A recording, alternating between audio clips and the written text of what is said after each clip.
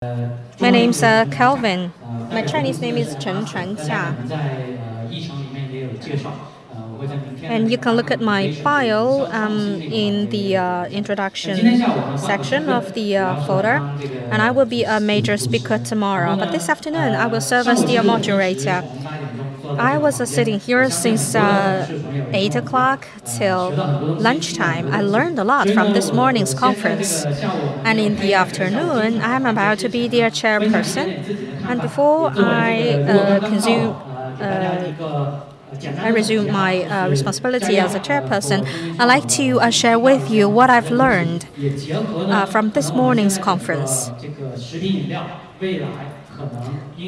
I'd like to talk about where future lies for the food and beverages industry.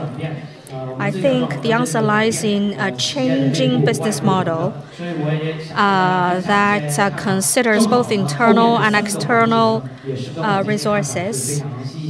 Because the three themes for this afternoon's discussion is about where future lies. Before I took part in FBIF forum, I read some data from some reports provided by third party. I was amazed by several pieces of data since 2000 to 2010.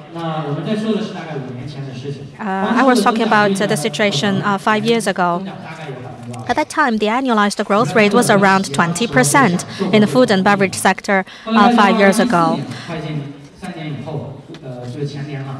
But 3 years ago, the growth rate declined to 13%. Last year represented the beginning of a cold winter. The food and beverage industry only grew by 3%, a single-digit growth rate.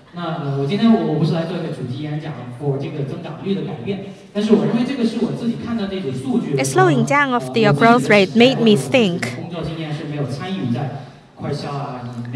that about my own business. I was not directly involved with FMCG, but I could feel the pain that you might have if you are in this sector.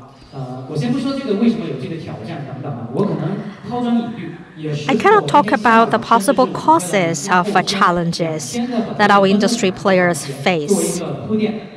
But I'd like to draw your attention to a series of questions that if we're able to find answers to these questions, we might find the direction towards which we should push to find a solution. Transformation, to me personally, represents a all-out change to our approach to business. And that is a major impact to everybody, from beginning with internal inside the organization to the market environment. Let's take R&D innovation as an example. Our old approach to R&D was predominantly internal. It was mainly organized internally. It was an in-house R&D, and from time to time we implemented cross-industry exchange or communication. But in the future, we need to adopt a new approach to R&D. In the future, let's say we have 10 million fans as our consumers or clients. We can leverage their creativity and their good ideas. That is to say, you no longer need to fund your own in-house R&D efforts. I know this is a provocative idea, and you might say no to this, but it's okay. That's exactly what my intention is. After my opening remark, colleagues from Tencent will talk about marketing to the younger generations and more and better social engagement approaches. Second,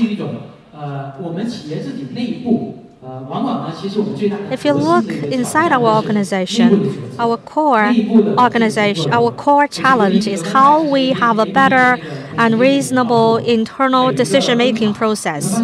If you look at a plant, you see it involves very sophisticated machines, and it has its own logic in decision-making.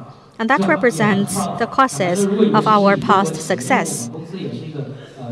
My company was incorporated in China, and we are very proud of our success in the past 10 years. But now, today, we're here addressing transformation. I think transformation begins from the top. It begins from the chairperson. You need to give up your old approach because the reasons that make you successful might no longer hold if you want to sustain your success in the coming years. So the second provocative idea I'd like to raise here is that transformation begins at the top.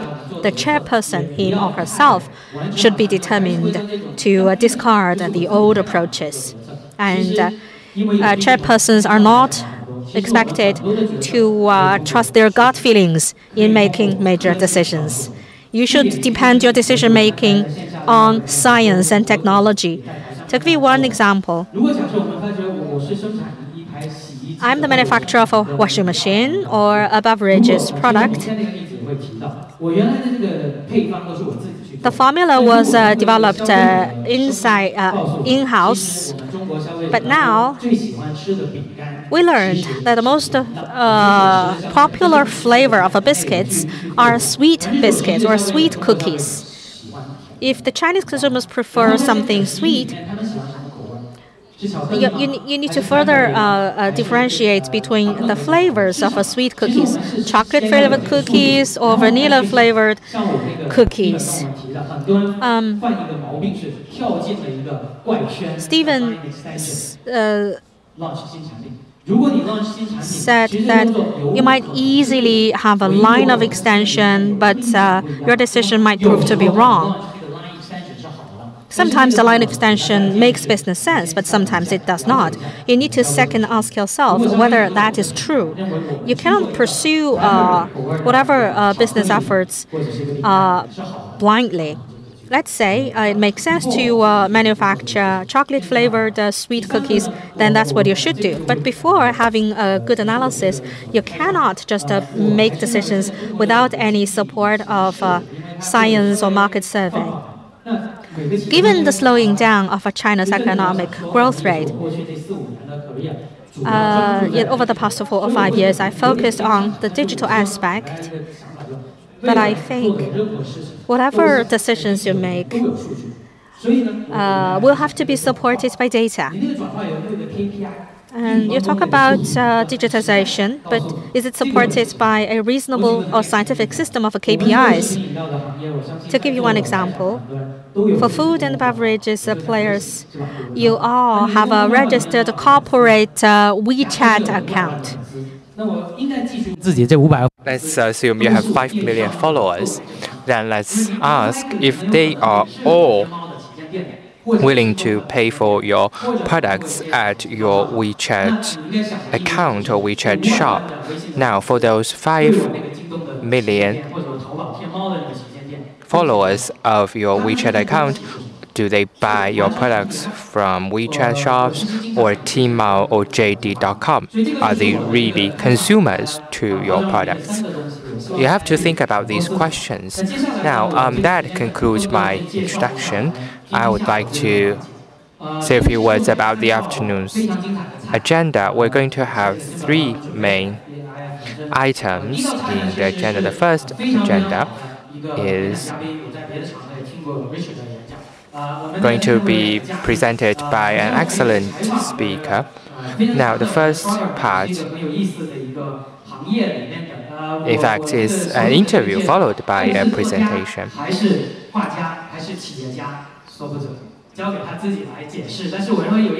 Now, I would like to say that